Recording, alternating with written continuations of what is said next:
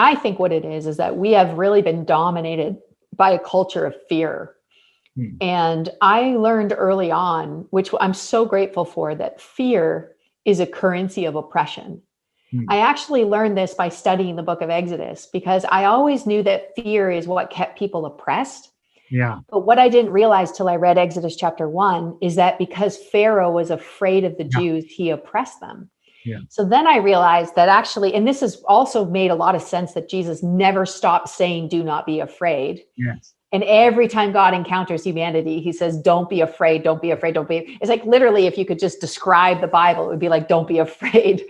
And so I realized that fear, if you're making decisions based on fear, or you're even not doing things out of fear. So if you're being motivated by fear, you will either be oppressed or you'll be an oppressor. Yeah. So to stop the oppression, both inside and out, requires us to stop being afraid.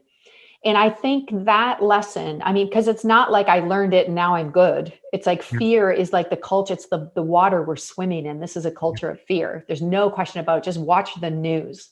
Yeah. Fear sells, fear motivates, fear.